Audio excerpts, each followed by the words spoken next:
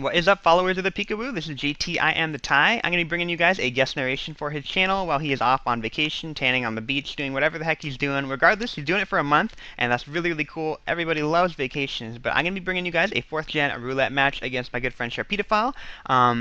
For those of you who don't know how a roulette match works, basically you count up all the Pokemon in your box, you assign them numbers, your opponent picks 6 numbers, that's going to be your team.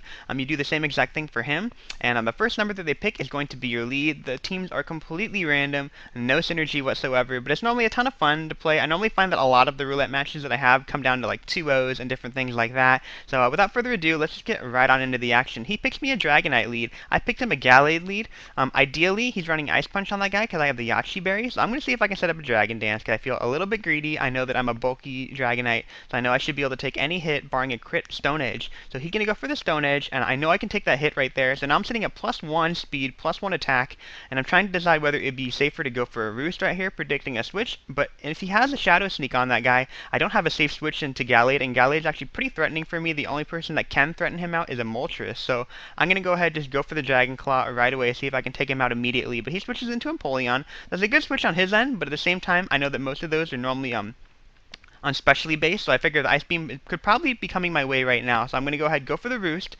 just in case, because I do have the Yachi Berry, so that would give me another opportunity to hit him with an Earthquake. Turns out he's running a physical Empoleon with an Aqua Jet, so that kind of throws me for a loop. Very surprising, but now that I know that he's physical, at least I'm assuming in my mind that he's physical, I'm going to go ahead and go back out into my Gyarados now. And because it's a roulette match, normally I'm not too fond of setting up too early, but I don't know if he has a good Dragon Dance Gyara counter. So I'm going to go ahead and go for that for the Dragon Dance right here as he switches into Gengar. Quite frankly, I'm concerned that it might be Choice Scarf, but I don't have anyone that wants to switch in and take 2 Thunderbolts, because technically he is faster than my fastest Choice Scarfer on this team.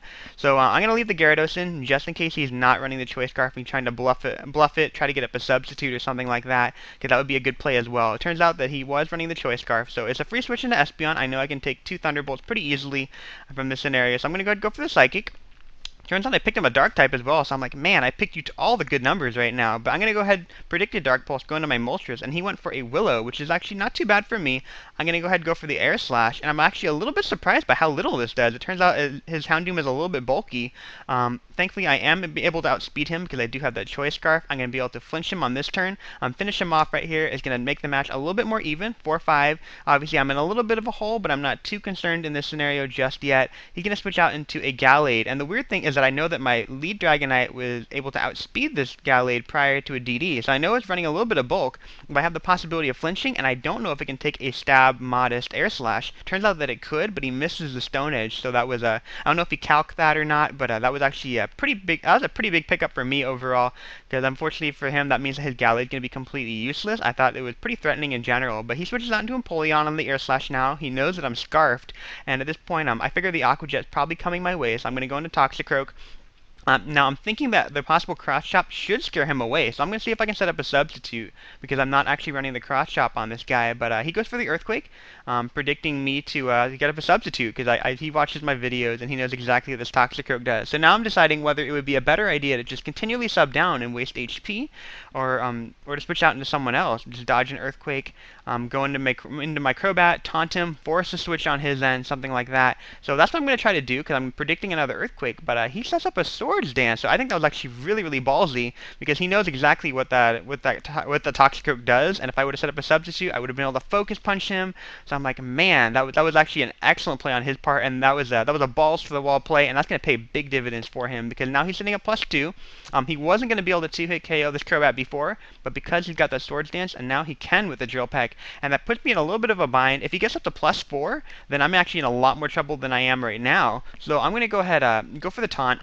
I don't want him to get up to +4, just in case he gets a little bit greedy. I know that the Brave Bird's not going to kill him regardless anyway, and he's going to take out this Crobat, but now I'm trying to decide what would be the best course of action. Drill Peck, Aqua Jet, and Earthquake provide really, really good coverage against my team, but it also provides a lot of different ways for me to switch in if he's locked into a move. So I'm going to go into my Espeon, trick him a Choice Scarf, because if he locks himself into Earthquake, that means Moltres comes in for free. He locks himself into a Water move, Toxicroak gets a free setup, and if he goes for the Drill Peck, then that's pretty much the weakest move that he could possibly go for, so it's a win-win-win for me regardless. So he's going to go ahead and go for the Earthquake. It's going to be able to take out the Espeon, and at this point, because he went for that Earthquake, I can freely switch in my Moltres now.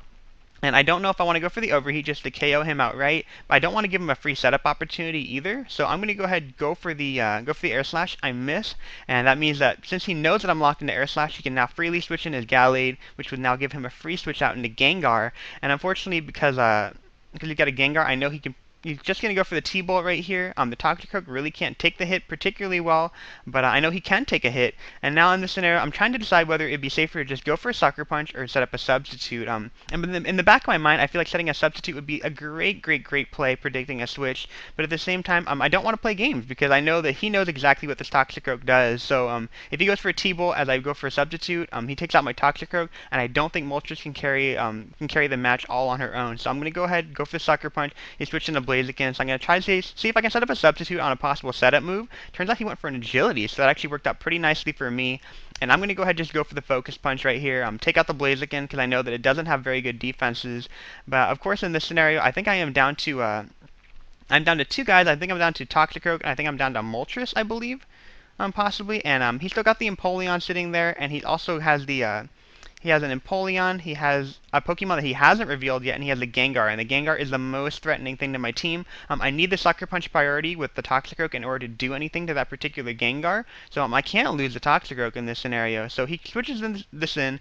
Hopefully he goes for an Earthquake and overpredicts or something like that, but I kind of figure the Drill Peck is coming my way. I know Moltres can take the hit, and I also know that Moltres can outspeed.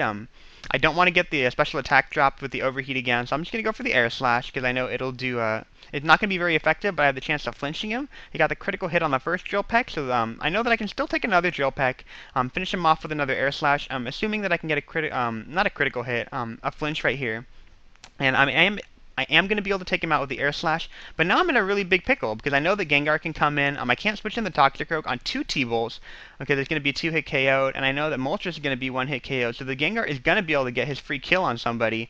And unfortunately at this point, I think that getting the Sucker Punch with the Toxicroak is more valuable, but I don't know what his last guy is. So if I go for the Sucker Punch right here, I could probably take out the Gengar and turn this into a 1-0, but because I don't know how bulky the last guy is, I'm going to see if he's going to get a little bit greedy, see if I can set up a substitute, see if I can salvage the match in that regard. He just goes straight for the T-Bolt, and that's going to be the game, but it was a ton of fun. It was actually a pretty close match. I thought he made a ton of really good predictions. I love that balls to the wall play when he went for that Swords Dance with Empoleon. I thought he did a lot of really good switches really early on in the match. Tons of good counters from my OU, so I picked him a pretty good team, but I had a ton of fun with it regardless. Lots of flying types, but anyways, I hope you guys enjoyed that video. Definitely click the like button. I know it helps the ThePikaWu channel out. Definitely feel free to check out my channel and my opponent's channel as well. Links to both of those will be in the description below. And I do Let's Plays and Pokemon Wi-Fi battles as well. So I'll catch you guys another time. Hope you guys enjoyed. And yeah, that's it.